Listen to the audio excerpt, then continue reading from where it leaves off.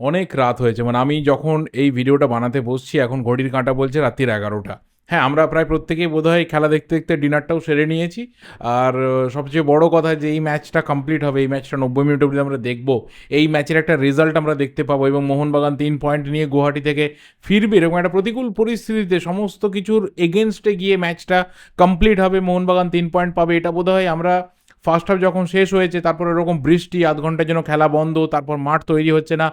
ঠিক ৯টা ৫০-এর দিকে যখন ম্যাচটা শুরু হলো আমরা বোধহয় কেউই ভাবতে পারিনি যে এই ম্যাচটা ৯০ মিনিট প্লাস আরও ৭-৮ মিনিট যে ইনজুরি টাইম খেলা হয়েছে সেই খেলাটা হবে বলে। অনেক কিছু ঘটনা ঘটেছে, অনেক কিছু বিষয় আমাদের সামনে এসেছে, অনেক নিয়ম আমরা আজকে নতুন করে জানতে পেরেছি।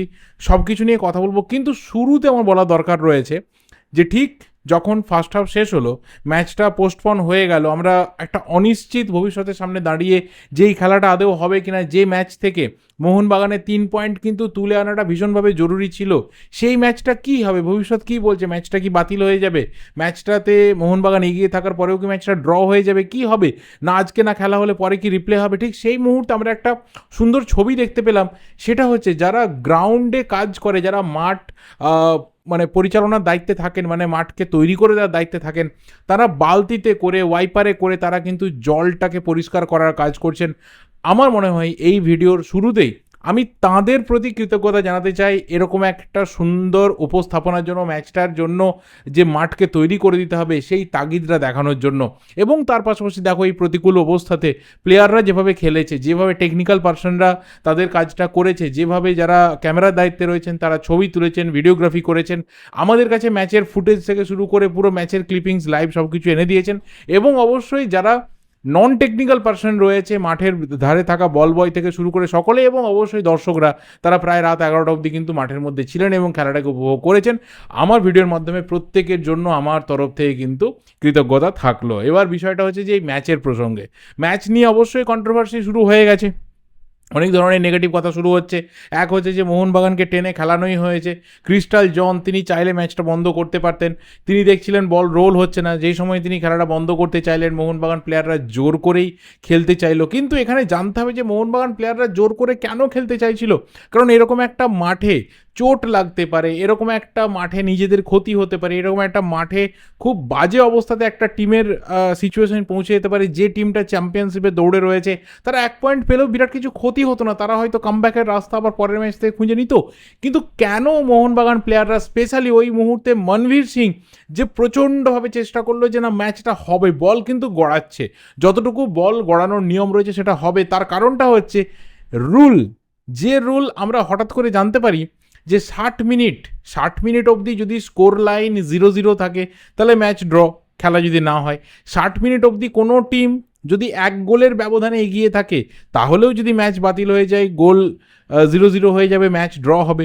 যদি কোনো টিম ২ গোল বা তার বেশি ব্যবধানে এগিয়ে থাকে তাহলে সেই টিম জিতবে ৬০ মিনিটের পর যদি ম্যাচ বাতিল হয়ে যায়।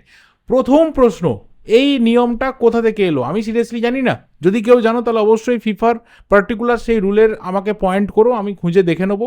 কিন্তু আমি যতটুকু খুঁজলাম, যতটুকু সময় পেয়েছিলাম, সেখানে যেটা জানতে পারলাম যে দুটো এখানে নিয়ম রয়েছে। এক, যদি ম্যাচ গোললেস থাকে এবং যদি মনে হয় দুটো টিমেরই প্রতিবাদ রয়েছে যে ফার্স্ট হাফের খেলা বা যতটুকু খেলা হয়েছে সেটা ওয়েল এনাফ ছিল না, সেখানে পুরোপুরিভাবেই নেগেটিভ ফুটবল হয়েছে, তাহলে ম্যাচ শুরু থেকে হতে পারে বা ম্যাচ অফিসিয়াল তারাও ডিসিশন নিতে পারে না। যদি ফার্স্ট হাফে খেলা হওয়ার পর সেকেন্ড হাফ যদি কোথাও বাতিল হয়ে যায় তাহলে কিন্তু ফার্স্ট হাফ থেকেই, মানে সেকেন্ড হাফের প্রথম মিনিট থেকে ৪৬ মিনিট থেকে ম্যাচ আবার রিপ্লে হবে।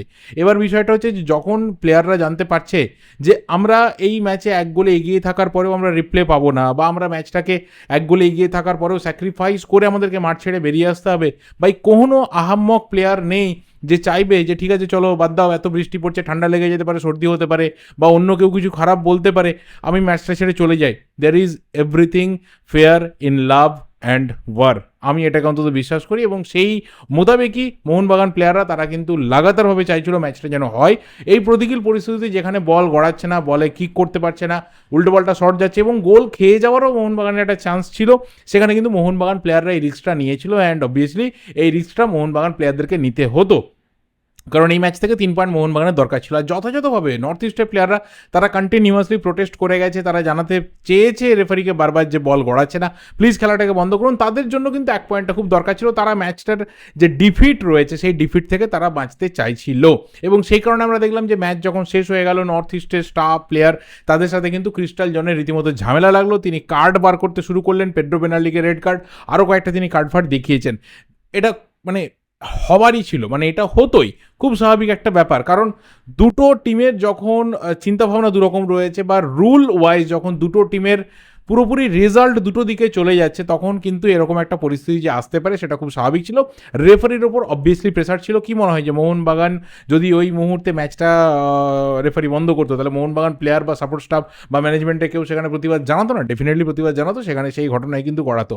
এবার যদি আমি আসি ফুটবলের কথাতে, টেকনিক্যাল কথাতে যদি আমি আসি, তাহলে প্রথমে বলবো যে মোহনবাগানের স্টার্টিং 11, যেটা নিয়ে বারবার আমরা এর আগে কথা বলেছি যে বেশ কিছু পরিবর্তন দরকার রয়েছে। সের্জিও লোবেরা তিনি হয়তো বুঝতে চাইছেন না বা বুঝতে চাওয়ার চেষ্টা করছেন না, হোয়াট এভার, কিন্তু পরিবর্তন দরকার রয়েছে। দেখা গেল আজকে কিন্তু সেই ধরনের পরিবর্তনগুলো এসেছে, এবং তার ফলে মোহনবাগানকে অনেক বেশি মোবিলাইজড লেগেছে ফার্স্ট হাফে। কিন্তু যেটা আমার মনে হয় যে ওই যে 62-63 মিনিটের ঘটনাটা, যেখানে মানবীর বারবার প্রমাণ করার চেষ্টা করছিল যে বল গড়াচ্ছে, এটা হতো না যদি ফার্স্ট হাফে মোহনবাগান যত চান্স পেয়েছিল 5 মিনিটে গোল করার পর বাকি 40, 42, 43 মিনিট যে ইঞ্জুরি টাইমটাকে নিয়েও খেলাটা হয়েছে, সেখানে প্রচুর চান্স কিন্তু মোহনবাগান পেয়েছিল। অ্যাটলিস্ট 5 to 6 চান্সেস মোহনবাগান পেয়েছিল, যেখানে বক্সের মধ্যে আননেসেসারি সেকেন্ড ম্যানকে খুঁজে নেওয়ার চেষ্টা, সেটা বোধহয় মোহনবাগানকে একটু হলেও ওই জায়গাতে ধাক্কা দিতে পারতো। যদি ওই ইন্স্যুরেন্স গোল মোহনবাগান নিয়ে নিত, তাহলে কিন্তু ওই 60 মিনিটের পর যখন বল সত্যিই রোল করতে সমস্যা হচ্ছিল, তখন কিন্তু মোহনবাগান প্লেয়াররা সেটাকে মেনে নিত, ম্যাচটা কিন্তু ওখানে বন্ধ হয়ে যেতে পারতো। আমরা এত কিছু আর তারপরে নাটক আমরা দেখতাম না। কিন্তু যেটা হয়েছে সেটা মোহনবাগানের পক্ষেই গেছে, সেটা নিয়ে আর বেশি বাড়িয়ে কথা বলে লাভ না। যেটা টেকনিক্যাল ব্যাপারে বলতে যাচ্ছিলাম, যে স্টার্টিং ইলেভেনটা ডেফিনেটলি মোহনবাগানের ফেভারে গেছে, এবং সের্জিও লোবেরাকে দেখে মনে হয়েছে যে তিনি ফুললি অ্যাটাকিং মোডে চলে গেছেন। কারণ অনিরুদ্ধ থাপাকে শুধুমাত্র একটু সেন্ট্রালি রেখে, একটু ডিফেন্সিভলি রেখে তিনি কিন্তু Sahal Abdul Samad, Jason Cummings, Robson, Liston সবাইকে আপফ্রন্টে তুলে দিয়েছিলেন। কারণ তিনি ম্যাক্সিমাম গোল চাইছিলেন, তিনি ম্যাক্সিমাম গোলটা তুলে নিতে চাইছিলেন। কারণ তিনি একটা জিনিস দেখেছেন, নর্থ ইস্ট কিন্তু হারলেও ড্র করলেও তারা কিন্তু মোটামুটি গোল করতে পারছে, তারা একটা হলেও গোল করতে পারছে, মিনিমাম একটা করেই গোল করেছে। একটা ম্যাচে যেটা জিতেছে সেটা শুধু 2 গোল করেছিল, তারা গোল করতে পারছে। তো গোল করতে ওদের খুব একটা প্রবলেম নেই, হয়তো স্ট্রাগল করছে, বাট করে দিতে পারে। সেই কারণে তিনি কিন্তু চেয়েছিলেন যে গোলটা হোক। সেই কারণেই হয়তো আমার মনে হয় যে বক্সের মধ্যে প্লেয়াররা কিন্তু টার্গেট ম্যানকে খুঁজছিল, চাইছিল যে গোলটা আমার 100% সিকিউরড হোক, সেখান থেকে গোলটা এসে গেলে অনেক বেশি করে টিমের জন্য লাভ হবে। কিন্তু যে গোলটা হয়েছে, সেই গোলে আমরা যে থার্ড ম্যান মুভ দেখেছি, যেভাবে আমরা রবসনকে সেকেন্ড স্ট্রাইকার হতে দেখেছি, এবং কেন সাহাল আব্দুল সামাদ, কেন তাকে দরকার, আমার মনে হয় যে ওই একটা গোলের মুভমেন্ট, ওই একটা অ্যাসিস্ট অনেক কিছু বুঝিয়ে দেয়। ওখানে যদি পেত্রাতস থাকতো, আমি কাউকে ছোট করে বলছি না, কিন্তু যদি ওখানে পেত্রাতস থাকতো, পেত্রাতস কিন্তু চাইতো আবার একবার একটা কাউকে ড্রিবল করব, ডজ করব, আমি একটা গোল শট নেওয়ার চেষ্টা করব। সাহাল আব্দুল সামাদ কিন্তু ভাবেনি। সাহাল আব্দুল সামাদ দেখলো পেছন থেকে রবসন একটা সুন্দর থার্ড ম্যান মুভমেন্ট করছে, সেকেন্ড স্ট্রাইকার হয়ে গেছে, বলটা ওকে রিলিজ করো, ও দারুণ জায়গাতে রয়েছে, সেইভাবে ওকে খুব একটা মার্কিং কেউ করছে না, ও গোলটা করতে পারবে। এই যে একটা decisional making power Sahal Abdul সামাদের মধ্যে রয়েছে, যেটা খুব ন্যাচারাল, যেটা ওর মধ্যে মানে খুবই ইনবিল্ট একটা ব্যাপার, এটাই বোধহয় মোহনবাগান আপফ্রন্টে মিসিং ছিল, সেটা আজকে অনেকটা ভরপাই হয়েছে। এবং আমার মনে হয় যে অনেকেই খুব খুশি স্টার্টিং 11-এ কে জায়গা পেয়েছে, কে পায়নি, তার থেকেও বড় কথা দিমিত্রিয়স পেত্রাতস স্টার্টিং 11-এ জায়গা পায়নি। এটাতে বোধহয় বহু বা মানে সর্বাধিক মোহনবাগান ফ্যান্স দে আর হ্যাপি। কারণ একটা পজিটিভ কোথাও মেসেজ শুরুতে বোধহয় সের্জিও লোবেরা তিনি দিতে চেয়েছিলেন, পেত্রাতসকে একটু বেঞ্চ করে দিয়ে। আর ফার্স্ট হাফে বলো বা সেকেন্ড হাফে বলো, সেই মানে সেকেন্ড হাফ নিয়ে তো বলার কিছু নেই, কোনো টেকনিক্যাল ব্যাপার বলার কিছু নেই। কিন্তু ফার্স্ট হাফেও এমন কিছু ঘটনা ঘটেনি, বা নর্থ ইস্টকে দেখেও খুব একটা ইমপ্রেসিভ লাগেনি, বা মোহনবাগান ডিফেন্সকেও খুব একটা ভালনারেবল লাগেনি যে সেটা নিয়ে কথা হবে। আর ফার্স্ট হাফেই বা কতটুকু বলবো, 25 মিনিট, 20 থেকে 25 মিনিট হয়তো একটু মানে ওই হালকা ফুলকা বৃষ্টি মানে ঝিরঝির বৃষ্টিতে খেলা হয়েছে, তারপর তো একদম মুষলধারে শুরু হলো। আর সেকেন্ড হাফে যা হয়েছে সে তো আর বলার কিছু নেই। সেখানে খেলাটাই যে হয়েছে ভাই এটাই অনেক, মানে এটাতেই বোধহয় আমরা খুব খুশি যে খেলাটা আলটিমেট হয়েছে।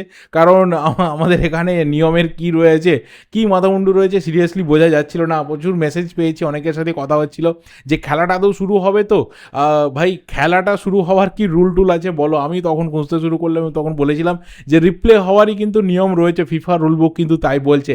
কিন্তু আমাদের এখানে যে রুল বুক একটু অন্য কথা বলছে, তখন সেটা জানা ছিল না। আর এর থেকে আর আমার মনে হয় না বেশি কিছু বলার দরকার রয়েছে। তবে একটা বিষয় যে বলতেই হয়, এই ধরনের প্রতিকূল পরিস্থিতিতে ফুটবল খেলা, ফুটবল চালিয়ে নিয়ে যাওয়া যেমন দক্ষতার একটা পরিচয় দেয়, ঠিক তেমনই কিন্তু যারা রিস্ক নিচ্ছে তাদেরও কিন্তু সাহসিকতার পরিচয় দেয়। কারণ ইনজুরি হতে পারে, বাজে ঘটনা ঘটতে পারে, সেখান থেকে প্লেয়াররা যে ম্যাচটা খেলে প্রায় সবাই বলতে গেলে সুস্থভাবে মাঠ ছেড়েছে। এটাই আমাদের অনেক পাওনা দুটো টিমের। সেই অর্থে খুব বেশি প্রবলেম নেই। শেষ মুহূর্তে বোধহয় অঙ্কিতের একটা শোল্ডার ডিসলোকেশন হয়েছে, বাদবাকি খুব একটা প্রবলেম নেই, প্লেয়াররা ঠিকই রয়েছে। কিন্তু খুবই চিন্তার বিষয় ছিল যে বাজে ইনজুরি কারণ না হয়ে যায়। থ্যাংক গড কি কারোর কিছু হয়নি। আমরা ফুটবলারদেরকে সুস্থ দেখতে চাই, তাদেরকে মাঠের মধ্যে দেখতে চাই, কম্পিটিটিভ ফুটবলে দেখতে চাই। এর থেকে বেশি আমার আর কিছু বলার নেই। প্রচুর রাত হয়েছে।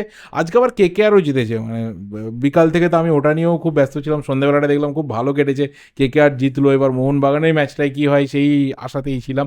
যাই হোক, at the end of the day Mohun Bagan 3 point পেয়েছে, 20 পয়েন্টে পৌঁছলো। এরপর আরও হার্ড টাইম আসতে চলেছে, কারণ মিক্সড অপোনেন্টস রয়েছে। 4টে এমন অপোনেন্ট রয়েছে যারা কিন্তু টেবিলের বিভিন্ন পজিশনে রয়েছে। ইজি তো অবভিয়াসলি হবে না, কারণ একটা টিম যখন চ্যাম্পিয়নশিপ ফাইটে যাচ্ছে, ইজি তো অবভিয়াসলি হবে না। মুম্বাই, ইস্টবেঙ্গল, গোয়া প্রত্যেকেই চেস করবে মোহনবাগানকে, করছে অলরেডি। দেখা যাক কী হয়। অনেক দিন পর আবার মোহনবাগানের ম্যাচ। টিল দেন অনেক কিছু ঘটনা রয়েছে আমাদের এখানে, ইলেকশন, রেজাল্ট হাবিজাবি অনেক কিছু রয়েছে। এনজয় করতে থাকো, মাঝখানে যা কিছু ভিডিও আসবে সেখানে অনেক কিছু বিষয় নিয়ে কথা হবে। আমি আমার ভিডিওটা এখানেই শেষ করছি, এর থেকে বেশি আর কিছু আজকে বলারও নেই। যদি ভিডিওটা এনজয় করে থাকো অবশ্যই লাইক করো, শেয়ার করো। দেখা হবে পরের ভিডিওতে। আর চ্যানেলে নতুন হলে অবশ্যই চ্যানেলটা সাবস্ক্রাইব করে যেও। Thank you, good bye and good night.